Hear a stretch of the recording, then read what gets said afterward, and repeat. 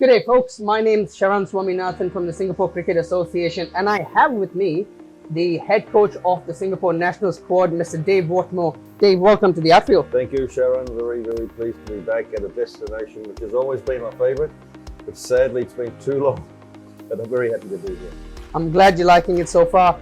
This man needs absolutely no introduction, but it would be remiss of me to not say a few words of someone who has been involved in coaching over the last 30 years and more. In addition to being the coach of various T20 franchise and leagues around the world, Dave has been known for being the head coach for Sri Lanka, Bangladesh, Zimbabwe, Pakistan, Nepal, to name a few.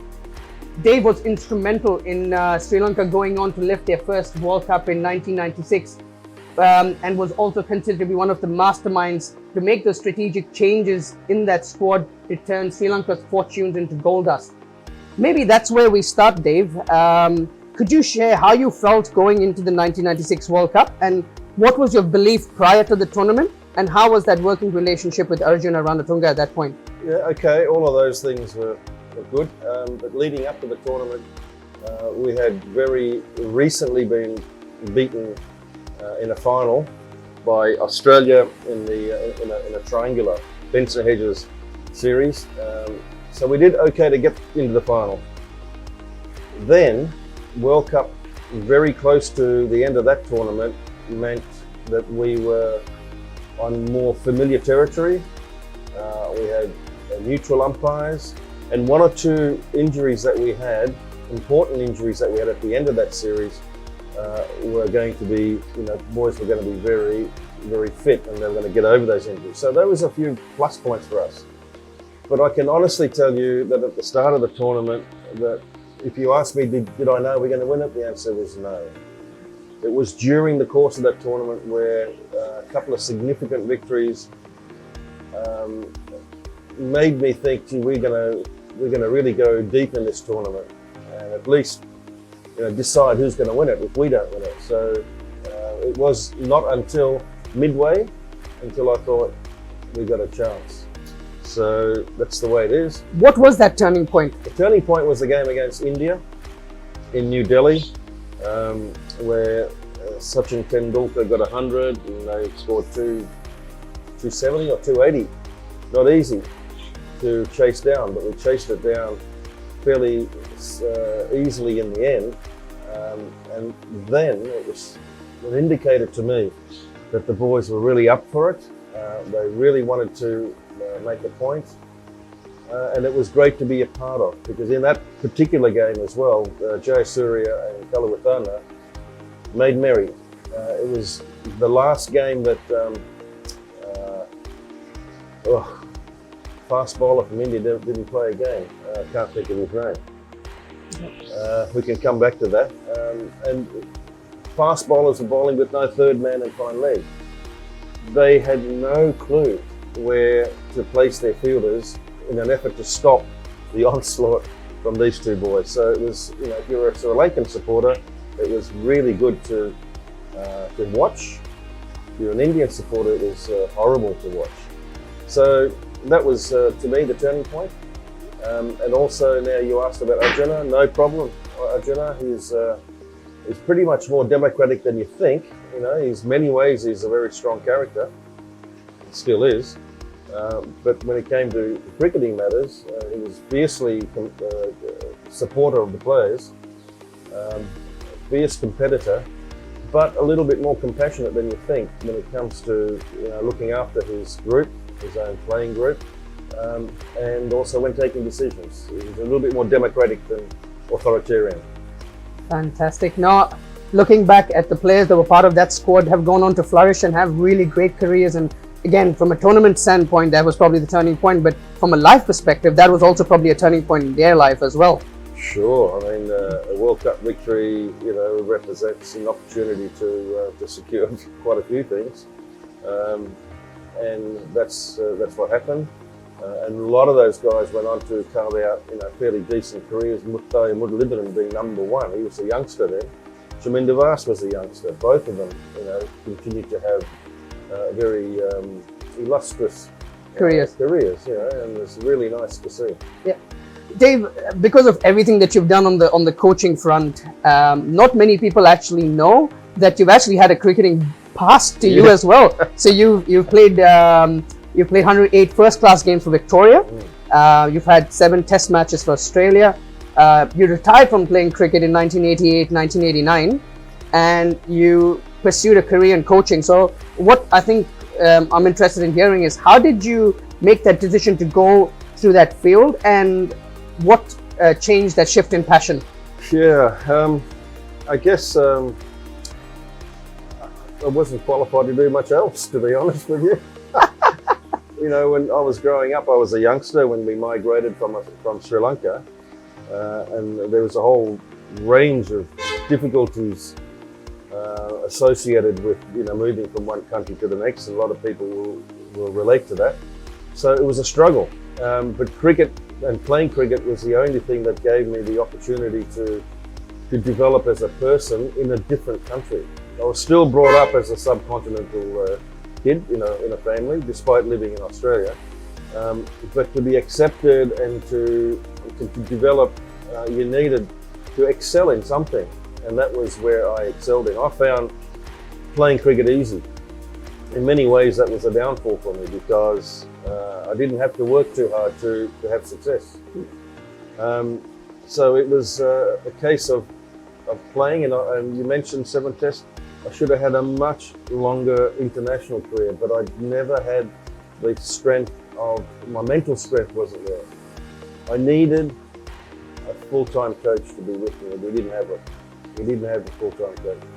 The thinking in Australia is, if you're good enough to play Test cricket, you don't need a coach. You know, which it's okay for some boys. Yeah. Certainly okay for the Chappell brothers, but there are other players like myself that needed the assistance of the mentoring, the guidance, to somebody to say, you belong, you're good enough.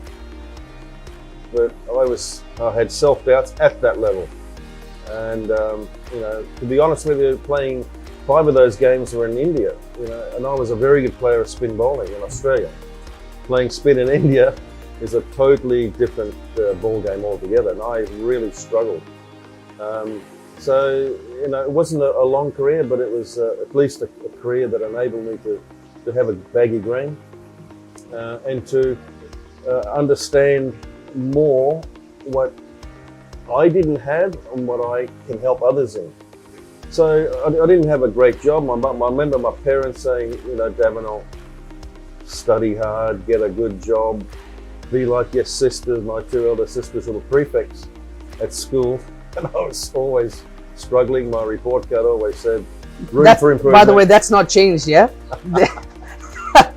Asian parents will continue being Asian parents. Yeah. So I really wanted to also make my parents happy, and I finally got a job with the state government, and I was okay in that. But you know, when an opportunity came to get into cricket administration through the coaching department, I jumped at it, and I was successful in 2 years working under Frank Tyson, the great Frank Tyson, who is now deceased, unfortunately. I learnt my initial coaching from him, and had a taste for it. And then my biggest break came when I joined the Victorian Institute of Sport, which was really there to support major Olympic Games sports. Yep. And all of a sudden, cricket was given a full status. So that was really the turning point for me as a coach, to be taught and learn over 4 years, full time, every day for 4 years, on a whole range of issues. At the moment, we've got levels 1, 2, and 3 as a coach, and they're very good things to have. It's a body of knowledge that is given, and you're assessed on it, and you pass or fail or whatever, and you got a certificate. That doesn't mean you're going to be a good coach. Neither does it mean, if you haven't got a certificate, that you're going to be a good coach either. Yeah. What it does mean is just you're given that knowledge. But here I had 4 years of it. That shows that, you know, you were resilient during that point, and to put through the hard yards. And that sort of ties in really well with my next question, which is, back in 2003, you took up the coaching role for the Bangladesh team, who at that point had not won a game in 4 years. Under your tenure, not only did they manage to get the right discipline and maybe have that structural changes from a setup standpoint, but they went on to beat the likes of Zimbabwe, India, Australia. So tell us about that experience, because I'm sure the resilience you showed early on in your coaching career sort of led the pathway for that stint as well. A lot of things you learn rubs off, over the years. You draw on your own experiences as a player, and certainly I did when, as I said earlier, that I struggled from a mental side capacity point of view. So I understood what players needed more to excel or to have a better performance. So that was one very, very good lesson I've never forgotten. And also, to plan out a 12-year calendar, to plan out, when to load, when to back off, when to give time off. All those things matter, and also the construction of a session. A session every day needs to be planned, needs to be written out. Players really enjoy it. The review part of it. Everyone talks about planning and team meetings, very important. But the review process also pretty important. So there was to me, it was a whole duty of care. And when a player or a team feels quite warm and that the coach, hey, this guy really cares, they respond a bit more. And as a result, we pinched a few games and won some important matches. And to me, the most impressive was winning a series against Zimbabwe in Bangladesh when we had in Chittagong. In Chittagong we won that, but in Dhaka we had to have a hard-fought draw to maintain our lead. That was, to me, better than a win. Fantastic. And Dave, you obviously worked a lot with international teams, but now when you deal with associate countries, you're dealing with players who are starting from a lower base, from an experience standpoint, from an exposure, and from a strength and conditioning, from a fitness. How does that change your philosophy of coaching? You've mentioned in the past that you like to keep things simple, but does that change when you're dealing with an associate country like Singapore? No, the short answer is no, I don't think so. But I think you really need to understand the environment, and I'm trying desperately to do that right now.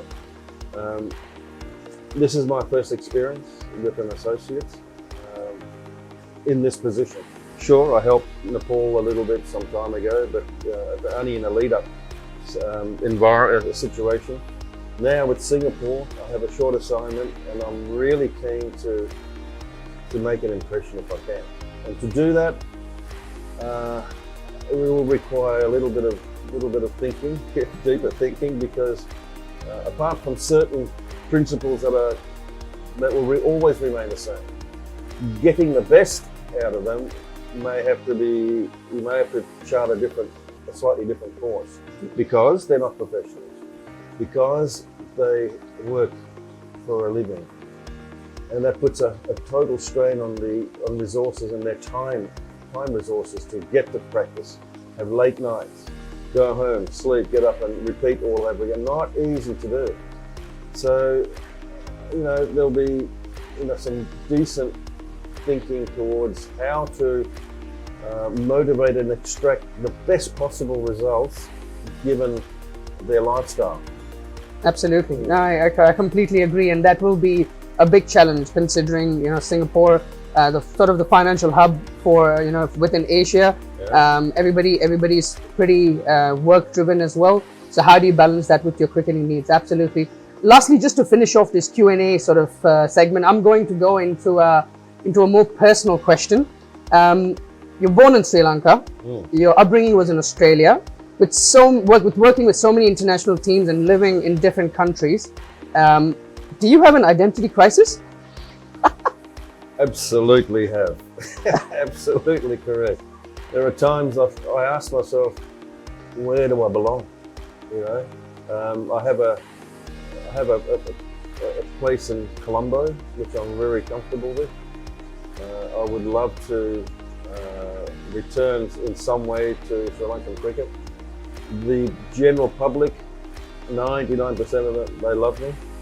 But sometimes the ones who need to be loved, they don't really care too much sometimes. So I don't know. Australia is where I spent most of my life. growing up, but I haven't worked there as a coach ever. My wife and kids were born there. My mother's still alive there. My sisters are there, so I have some attraction there, pull there. But my heart is pulling me back to the region, this region. Yep. I lived in England, that was good, but Zimbabwe is also extremely good. But I have a crisis. Where do I belong?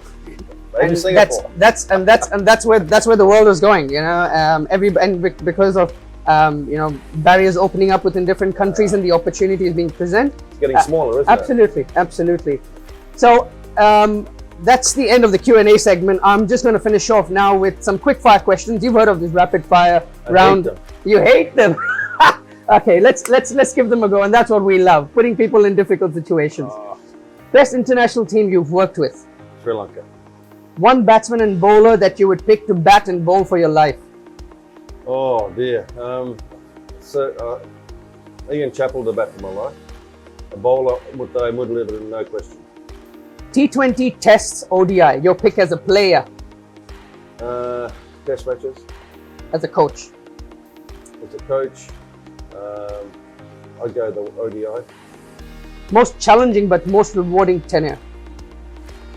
Challenge and rewarding tenure. Coaching stint. Okay.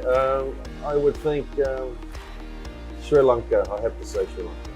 Galle International Stadium, Melbourne Cricket Ground. Preference? MCG, no question. If not a coach, what would you have done post your cricket playing days?